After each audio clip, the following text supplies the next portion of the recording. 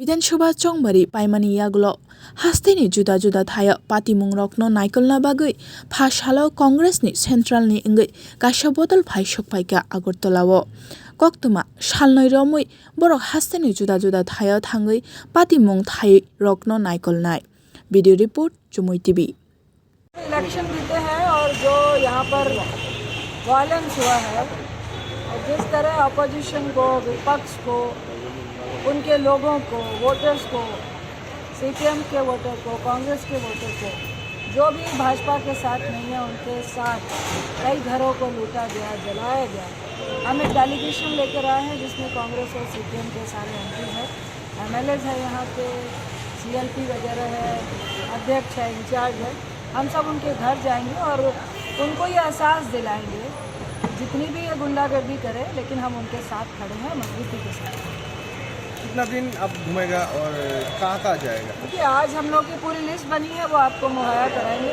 लगभग 850 घरों को, कई घरों को जलाया गया है, लूटा गया है। तो हम लोगों की कोशिश है कि आज भी 7-8 जगह पे हम लोग जा रहे हैं और कल भी कई जगह पे जाएंगे। जो 3 ग्रुप हम लोगों ने बना लिए हैं, 3 ग्रुप के तहत अलग अलग जगह पे होंगे।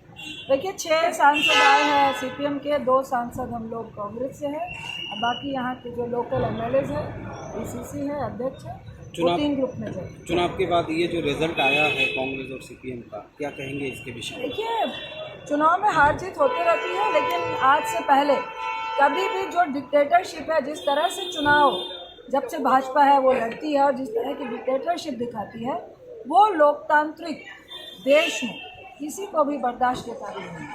क्या 17 सीट में तो 2000 के नीचे हम लोग हारे।